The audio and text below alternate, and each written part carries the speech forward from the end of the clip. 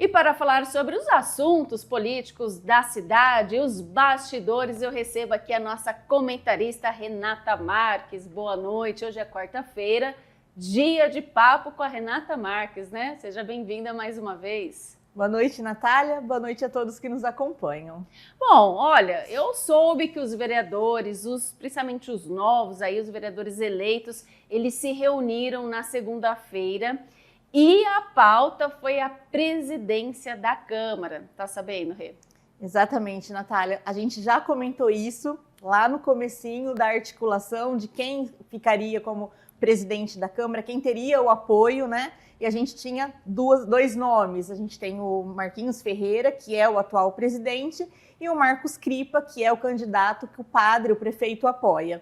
E nessa reunião foi uma reunião de articulação, para ver como os vereadores, os eleitos, iriam votar, né? Como eles iriam se comportar. E ali teve uma novidade, teve o lançamento de um terceiro nome, do pastor Júlio Zanini. Olha só, terceira via, então. Terceira via, se colocando como representante da direita.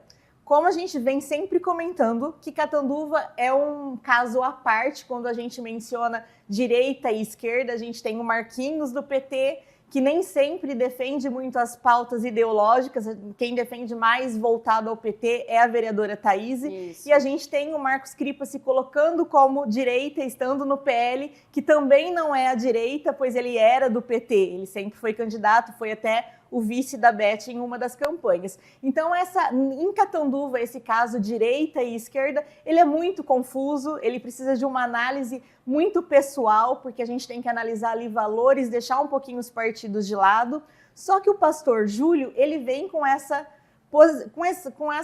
oferta, né, de posicionamento, com essa ideologia dele muito criteriosa, muito direcionada. Então ele está se colocando como uma opção, principalmente para aqueles vereadores, para aqueles que falam que vai votar no Cripa por ser a direita, por ser PL, quando eles usam esse argumento para votar no Cripa. Agora a gente tem, ou vamos ter, né, um terceiro nome para balancear. Então agora a gente vai conseguir analisar, diante desse nome, né, dessa apresentação do pastor Júlio, como realmente vão se posicionar. Estão votando em princípios, no que cada um defende, ou nas articulações, nas indicações, em apoio ao prefeito. Agora a gente vai saber realmente como cada vereador pensa e como eles vão se posicionar. Exatamente, e a gente viu, nós até comentamos aqui no jornal, da possibilidade da terceira via, e nós falamos em dois nomes, o Belê e o Gleison. Porém, nessa reunião que eles também estavam presentes, eles também estavam ali,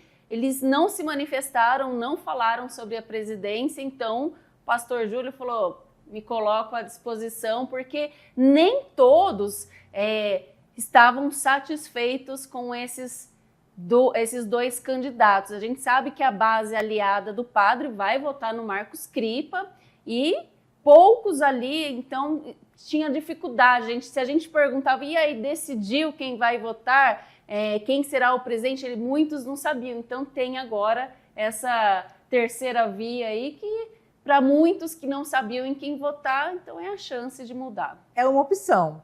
Se a gente fizer as contas ali de quem realmente afirma apoio ao padre, os votos que seriam do Marquinho, ainda é muito confuso. Mas eu ainda arrisco a falar que, se for uma conversa bem estruturada, uma articulação, talvez o pastor Júlio consiga trazer o Marquinhos, talvez a vereadora Thaís, mais alguns dos novos, para fortalecer o voto nele. De repente, por sobrevivência do Marquinhos, seria mais viável ele apoiar o pastor Júlio do que ele bater só de frente com o Marcos Cripa e ter a maior parte no Marcos Cripa com essa única opção de ser a direita de Catanduva. Então agora a gente vai conseguir realmente analisar o que cada um pensa. Se realmente eles estão votando no vereador, na pessoa presidente ou na indicação. Vai ter bastante coisa aí pra gente comentar. Dia 1º vai estar bem interessante.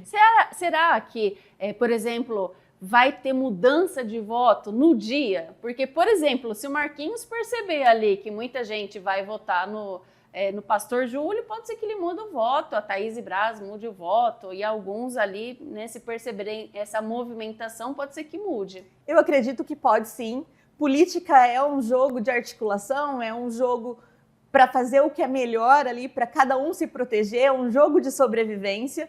E às vezes a gente precisa abrir mão de um cargo, de uma posição, às vezes até do poder, para a gente sobreviver ali naquele meio. O pastor Júlio, eu já comentei, o próprio David, são candidatos que, ao meu ver, estariam isolados agora de princípio, porque eles vêm com uma posição diferente, não sendo a esquerda, mas também não sendo apoio declarado ao prefeito. Então, olhando assim por fora, sem ter nada ainda acontecido, nenhuma sessão, a gente vê nessa análise que eles estão meio isolados.